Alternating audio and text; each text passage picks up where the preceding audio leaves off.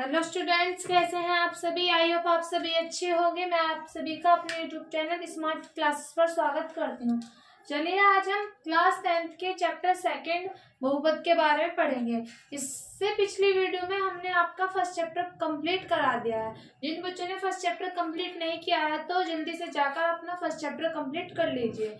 चलिए आज हम चैप्टर 2 पढ़ेंगे। देखो चैप्टर 2 में हमारा बहुपद क्या होता है पहले ये समझेंगे, और फिर एक चर वाले बहुपद पढ़ेंगे, फिर अचर बहुपद पढ़ेंगे। ठीक है, तो समझिए कि बहुपद क्या होते हैं। देखो बहुपद वे होते हैं जिनकी जितने भी चर होंगे, जितने भी चर पद होंगे और उनकी घात देखेंगे। यदि घात पूर्णांक है तो हमारा जो संख्या होगी वो बहुपद होगी और वरना नहीं होगी। तो बहुपद देखिए पहले।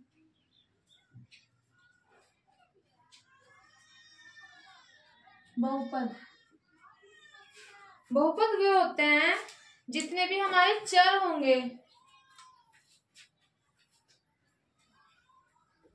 चर पदों की घात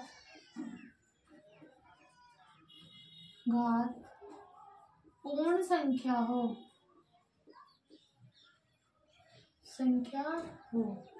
कैसी हो। जो चर पद होते हैं उनकी जो पावर होगी, मतलब जो घात होती है वो क्या होनी चाहिए, हमारी पूर्ण संख्या होनी चाहिए। जैसे कि पूर्ण संख्या देखो क्या होती है, जितनी भी हमारी नेचुरल नंबर होंगी यदि हम उनमें जीरो को भी ऐड कर दें, तो हमारी कौन सी संख्या कहलाती है, पूर्ण संख्या है। तो देखो पूर्ण संख्या दिया तो पूर्ण संख्या क्या हो जाएगी, 1 2 3 4 5। मतलब ये हमारी ऐसी आनी चाहिए, जो घात है ऐसा आनी चाहिए, 0 1 2 3 4 5।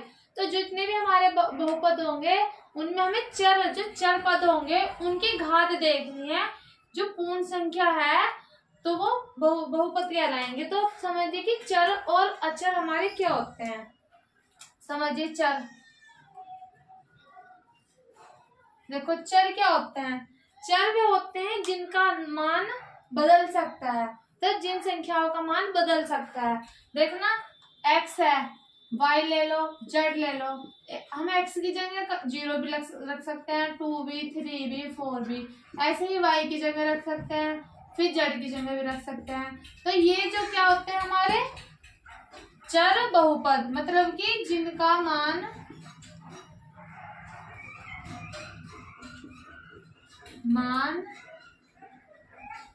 बदल जाए,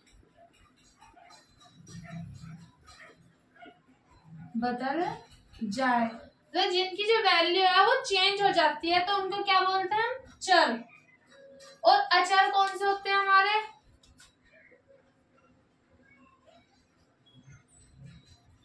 अचर बहुपद कौन से होते हैं। अचर वे होंगे जिनका मान न बदले। जैसे कि क्या हो गया, 2 हो गया, 3 4। भाई 2 तो 2 ही रहेगा ना, 3 3 रहेगा, 4 4 रहेगा। तो क्या लिख देंगे, जिनका मान ना बदले। तो वे कैसे कहलाएंगे, हमारे अचर बहुपद। ठीक है, अब देखो यदि चर और अचर के हम गुना कर दें, जो चर होंगे और चर और अचर बता दिए, चर की गुना यदि हम अचर में कर दे तो देखो क्या बनता है। चर ले लो, यहाँ से x ले रहे हैं और अचर यहाँ से 3 ले रहे हैं, तो क्या बन जाएगा हमारे 3 की गुना x में करेंगे तो 3x। तो ये बन जाता है हमारा बीजीय व्यंजक। क्या बन जाएगा हमारा बीजीय व्यंजक। अब की बार y ले रही हूँ मैं और इधर मैं ले रही हूँ रूट की वैल्यू ले रही हूँ, √2 ले लिया तो क्या बन जाएगा, ये √2 और y अलग, y रूट इसके अलग आएगा, इसके अंदर नहीं आएगा रूट के। तो ये भी कैसा हो जाएगा, बीजीय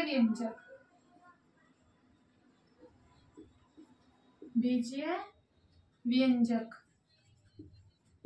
ठीक है बच्चों, अच्छे से समझ आ गया ये। चलिए आगे देखते हैं। अब यदि मैं आपको यहाँ बहुत सारे वो दे दूं, यहाँ पे समीकरण दे दूं, तो मैं बोलूं उनमें से कि बहुपद छाटे। तो देखो बहुपद हम कैसे ज्ञात करते हैं। इसको नोट कर लेना, याद कर लेना।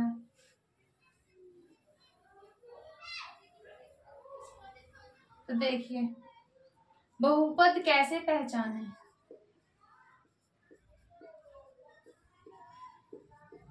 कैसे पहचाने, देखो कैसे पहचानेंगे बहुपद को। यहाँ पे कुछ मैंने एग्जांपल दे दिए। सपोज करो मेरा एग्जांपल ये है 2x² प्लस के 5। तो अभी मैंने समझाया था कि बहुपद क्या हो, चर पदों की घात पूर्ण संख्या हो। तो चर बहुपद कौन से होते हैं, x y z, इनकी पावर देखनी है। यदि कोई पूर्ण संख्या है तो ये हमारी समीकरण कैसा हो गए, ये हमारे क्या हो जाएगा, बहुपद। ठीक, सेकंड लेते हैं। सपोज करो √5 तो अलग लिया है और y अलग लिया प्लस के 2। तो इसमें देखना y जिसके पास कुछ नहीं होता उसकी पावर 1 होती है, तो ये भी कैसा हो जाएगा, बहुपद। ठीक है, थर्ड लेते हैं इसका एग्जांपल। थर्ड ले लो यहाँ 5y² प्लस के 6 ले लो। इसमें चर देखना, चर कौन सा, y की पावर कितनी आ रही है, 2। तो ये भी कैसा हो जाएगा, बहुपद। लास्ट देखना फोर्थ में यदि मैं ले लूं रूट के अंदर 5 और y, ठीक, और मैं ले लूं फिर माइनस के 6 और x। ठीक, देखना यहाँ तो जो चर है यहाँ तो उसकी पावर कितनी है, 1। और जो √5 है हम इसको अलग लिख रहे हैं, √y को अलग लिख रहे हैं। तो √5 अलग हो गया। तो ये जो रूट की जो वैल्यू होती है वो होती है हमारी y की पावर, वो जो रूट की जो वैल्यू होती है वो होती है हमारी 1/2। कितनी होती है, y की जो वो रूट की जो वैल्यू होती है वो होती है y की पावर 1/2 होती है रूट की वैल्यू। तो यदि हम 2 से 1 को भाग देंगे तो 0.5 आएगा। तो ये कैसा है, हमारी घात पूर्ण संख्या नहीं है, तो ये हमारे क्या हो जाएगा, बहुपद नहीं है।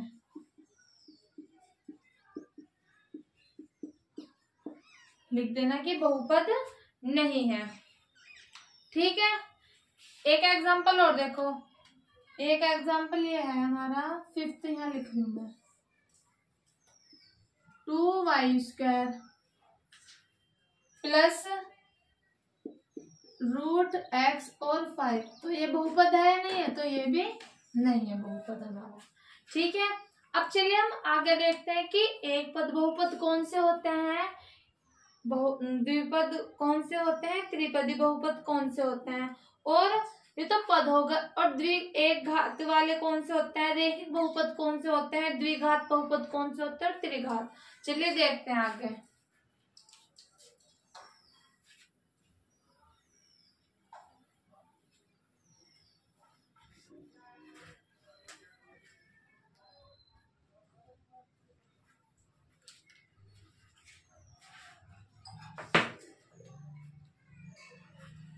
देखो हमें देखना है कि एक पदी बहुपद, दूसरा द्विपदी बहुपद और तीसरा है त्रिपदी। ठीक है, चलिए देखते हैं। देखो ये हमारा 7x है। ठीक, तो जिसकी घात क्या होती है, 1, या जो एक चर वाला बहुपद होता है, जो एक चर वाला बहुपद होगा वो कैसा हो जाएगा, एक पद बहुपद, या इसको हम बोल देते हैं, एक वाले को बोलते हैं रैखिक। ठीक है, हम इसको रैखिक भी बोल सकते हैं। फिर देखो दूसरा ले रहे हैं 2x प्लस के 5। तो इसमें कितने अचर कितने आ रहे हैं, 2 आ रहे हैं, चर 1 आ रहा है। तो 2 पद में हो रही है कंप्लीट। तो कैसे हो जाएगी ये रेखा समीकरण, द्विपद बहुपद। फिर ले लो यहाँ 3x² प्लस के 4x प्लस के 6। तो ये कैसे हो जाएगा? त्रिपद बहुपद। ठीक है। अब हमें बताना है कि रेखिक बहुपद है या द्विघात बहुपद है। अब हमें घात के अकॉर्डिंग बताना है। तो जिसकी पावर 1 होगी वो तो होगा हमारा रेखिक बहुपद। रेखिक बहुपद। और इसकी पावर 2 है तो कैसा हो जाएगा? द्विघातीय बहुपद।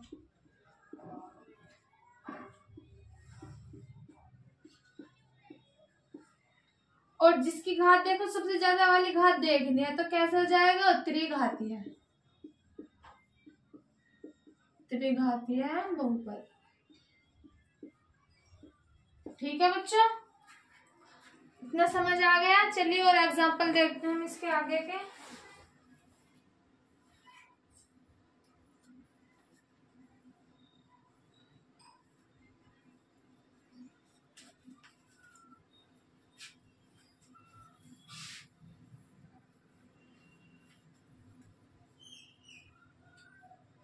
मैं बोलूंगी अचर और चर बहुपद निकालिए।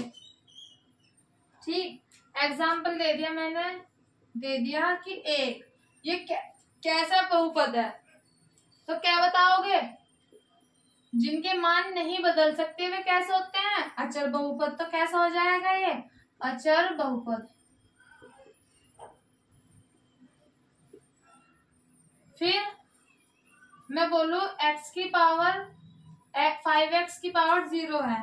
तो देखो जिस भी संख्या का मान 0 हो, एक्स वाई क्या हो मान, किसी भी संख्या का मान 0 हो, या मैं ले लो 5 की पावर 0, तो जिसकी पावर 0 होगी उसका मान हमेशा 1 होता है। ठीक है। तो यहाँ पे x की जो पावर है वो 0 है तो क्या आ जाएगा? 5 गुना x की पावर 0 का मान 1, तो क्या आ जाएगा? 5। तो ये भी कैसा हो जाएगा? अचर बहुपद। ठीक है। ठीक है बच्चों, देखो जो शून्य होता है, शून्य तो शून्य ही बहुपद कहलाया जाएगा। इसका तो नाम ही शून्य बहुपद है। इनको अच्छे से नोटबुक में, अपनी नोटबुक में नोट कर लेना अच्छे से, ताकि आपको कोई प्रॉब्लम ना हो कि बहुपदों को हम कैसे पहचानते हैं। एक चर बहुपद कौन से होते हैं, अचर बहुपद कौन से होते हैं, चर कौन से होते हैं, द्विघातीय और त्रिघातीय बहुपद कौन से होते हैं। चलिए अब इसकी एक्सरसाइज हम फर्स्ट स्टार्ट करते हैं 2.1।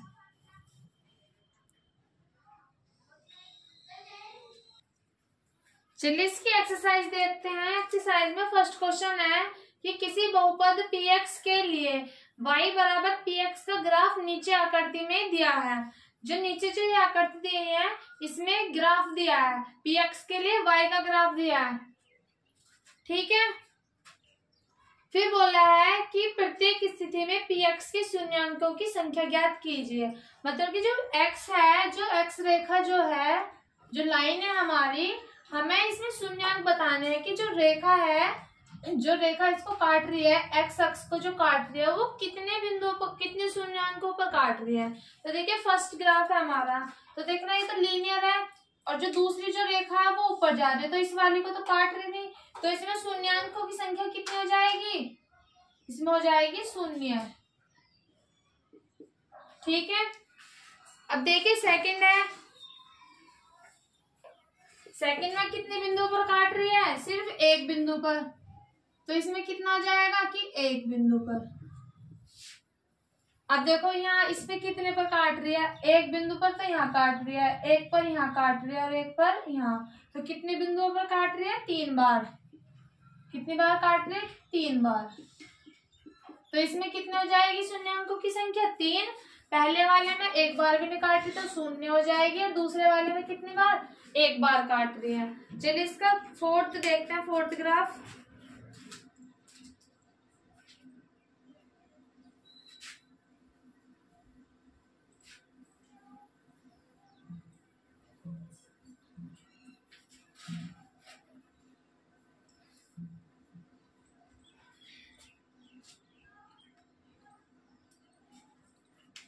फोर्थ ग्राफ दिया है,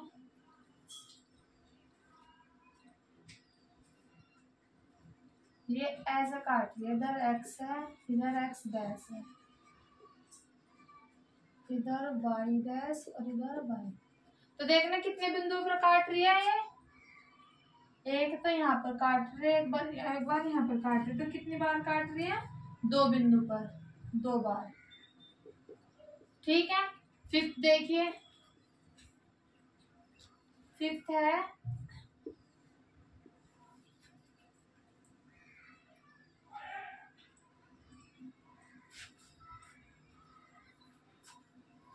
ऐसे जाके ऐसे, तो देखना कितनी बार काट रही है ये, 1 2, एक यहाँ 3 और एक यहाँ 4। कितने बिंदुओं पर काट रही है, 4 बिंदुओं पर, तो लिख देना 4 बार।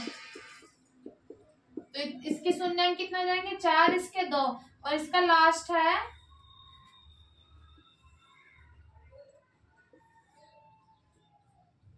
यहाँ से जाके यहाँ से और यहाँ से, ये x है, ये y, ये x डैश और ये y डैश।